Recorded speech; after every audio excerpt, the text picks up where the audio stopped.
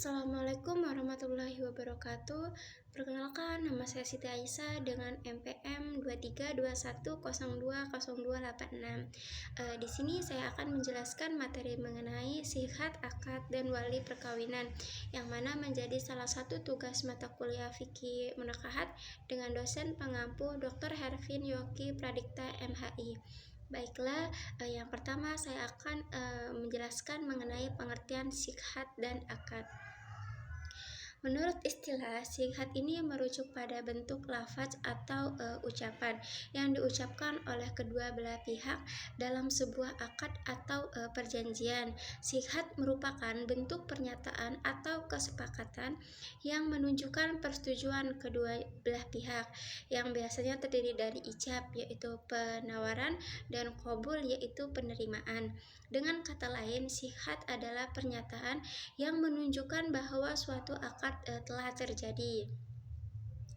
Lalu ada kata-kata dalam ijab qabul. Dalam melaksanakan ijab dan qabul harus digunakan kata-kata yang dapat dipahami oleh masing-masing pihak yang akan berlangsung akad nikah.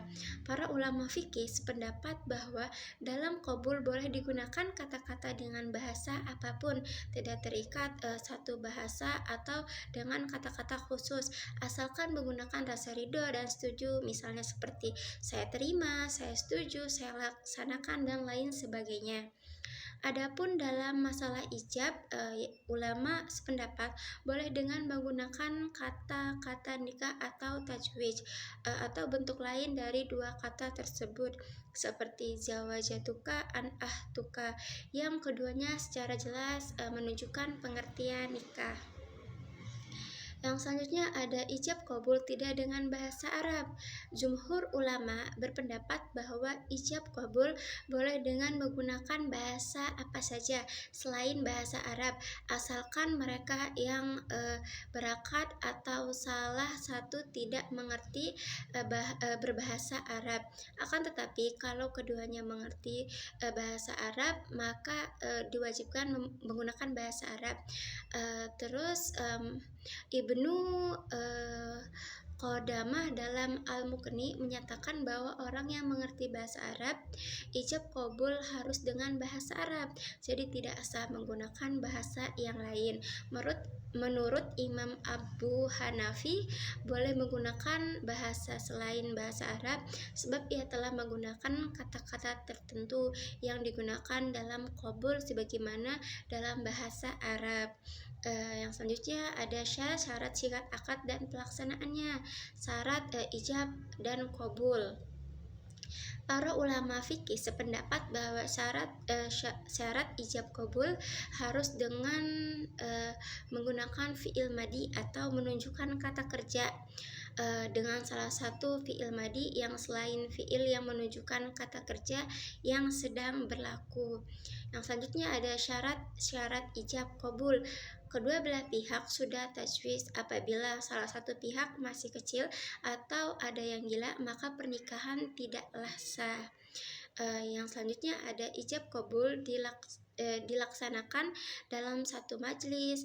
Terus mengucapkan qabul hendaknya tidak menyalahi ucapan ijab, menghalangi ucapan ijab. Pihak-pihak yang mengadakan akad harus dapat mendengarkan pernyataan masing-masing. Nah, selanjutnya ada pengertian wali dan saksi dalam pernikahan. Secara etimologis, wali mempunyai arti pelindung, penolong, ataupun penguasa. Wali mempunyai banyak arti selain orang yang menurut hukum, agama, atau adat diserahi kewajiban serta harta sebelum anak itu dewasa. Pengasuh pengantin perempuan pada waktu pernikahan yaitu yang dengan pengantin laki-laki. Yang ketiga ada orang soleh, yaitu suci, penyebar agama, kepala pemerintah, dan lain sebagainya. Lalu yang selanjutnya ada macam-macam wali. Wali nikah ada 4 macam, yaitu wali nasab, wali hakim, wali tahkim, wali maula. Wali nasab ialah wali nikah karena adanya hubungan nasab dengan wanita yang akan melangsungkan pernikahan. Wali nasab dibagi menjadi 2, yaitu wali akrob dekat dan wali al-abad yaitu jauh. Nah, selanjutnya ada wali hakim. Wali hakim dibenarkan menjadi wali dari sebuah akad nikah jika dalam kondisi sebagai berikut. Macam-macam wali, yaitu tidak ada wali nasab, tidak cukup syarat-syarat pada wali akrab atau wali abad. Terus yang ketiga wali nasab goib atau pergi dalam perjalanan 32 km atau 2 hari perjalanan. Wali akrab di penjara dan tidak bisa ditemui. Yang selanjutnya wali akrabnya tidak adil, wali akrabnya belibet atau mempersulit. Yang selanjutnya ada wali akrab sedang ihram, wali akadnya sendiri yang akan menikah, dan wanita yang akan dinikahi gila tapi sudah dewasa. Wali mujrib tidak ada. Terus yang selanjutnya ada wali tahkim. Wali tahkim adalah wali yang diangkat oleh calon suami dan atau calon istri. Adapun cara pengangkatan cara tahkim adalah calon suami mengucapkan tahkim kepada seseorang dengan kalimat, "Saya angkat bapak saudara untuk menikahkan saya dengan si calon wanita dengan mahar dan keputusan bapak saudara saya terima dengan senang." Setelah itu, calon istri juga mengucapkan hal yang sama. Kemudian calon hakim itu menjawab, "Saya terima tahkim ini." Wali tahkim terjadi apabila wali nasab tidak ada, wali nasab goib atau bepergian sejauh 2 hari agar perjalanan serta tidak ada walinya di situ. Yang selanjutnya tidak ada wali atau pegawai pencatat nikah, talak, dan rujuk. Wali maula. Wali maula adalah wali yang menikahkan budaknya, artinya majikannya sendiri. Laki-laki boleh menikahkan perempuan dengan berada dalam perwalian sebagaimana perempuan itu rela menerimanya. Maksud perempuan di sini terutama adalah hamba sahaya yang berada di bawah kekuasaan. Saksi dalam akad nikah. Saksi dalam akad nikah ini ada syarat nikah mempelai laki-laki, yaitu yang pertama, tidak ada hubungan mahram dari calon istri, kemauan sendiri. Yang selanjutnya ada tidak sedang menjalankan ibadah ihram, jelas identitasnya. Terus yang selanjutnya ada syarat mempelai perempuan. Syarat mempelai perempuan ini yaitu yang pertama, tidak dalam halangan syar'i, tidak berstatus suami yang masih sah. Lalu yang ketiga tidak ada hubungan mahram. Yang keempat, tidak dalam keadaan idah. Terus yang kelima, kemauan sendiri. Yang keenam yaitu jelas identitasnya.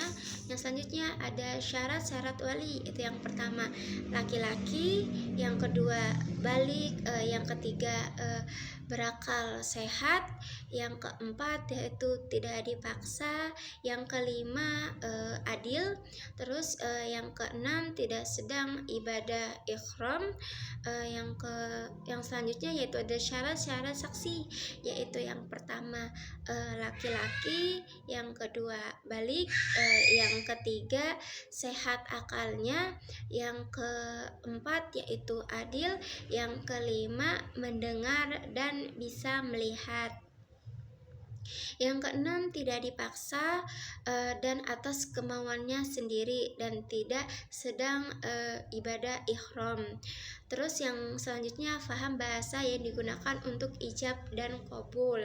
Yang selanjutnya ada syarat ijab dan qabul, yaitu yang pertama, ijab dilakukan oleh wali atau yang mewakilinya, sedangkan qabul dilakukan oleh mempelai laki-laki atau yang mewakilinya.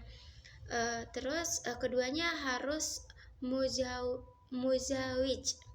Yang kedua yaitu dilangsungkan dalam satu majelis. Kemudian antara ijab dan qabul tidak boleh diselingi dengan perbuatan atau kalimat yang dapat memisahkan antara ijab dan qabul. Terus yang ketiga ada keduanya tidak boleh kontradiksi. Yang keempat, ijab dan qabul dilakukan melalui lisan serta didengar oleh masing-masing wali saksi. Yang selanjutnya ada kesimpulan. Pengertian sihat akad dalam perkawinan merupakan ungkapan atau lafaz yang diucapkan oleh kedua belah pihak, yakni mempelai pria dan wali dari mempelai wanita. Dalam melaksanakan akad pernikahan, sihat akad ini merupakan salah satu rukun dalam pernikahan yang harus dipenuhi agar pernikahan sah menurut syariat Islam. Syarat-syarat sihat akad dalam perkawinan yaitu meliputi ketentuan yang harus dipenuhi oleh kedua belah pihak dalam melaksanakan akad nikah, seperti adanya persetujuan di antara kedua mempelai, terus kejelasan dalam ucapan ijab dan qabul, dan tidak mengandung unsur yang meragukan atau tidak jelas. Yang selanjutnya, pengertian wali dan saksi dalam akad pernikahan. Ada dua komponen penting yang harus hadir dalam proses pernikahan menurut syariat, yaitu yang pertama adalah wali. Wali adalah orang yang memiliki hak untuk menikahkan mempelai wanita sedangkan saksi adalah orang yang menghadiri untuk menyaksikan keabsahan pelaksana dan memastikan bahwa pernikahan tersebut sah di hadapan hukum dan syariat Islam. Baiklah, cukup sekian pemaparan materi mengenai sihat akad dan wali perkawinan. Saya akhiri, wabillahi taufik wal hidayah.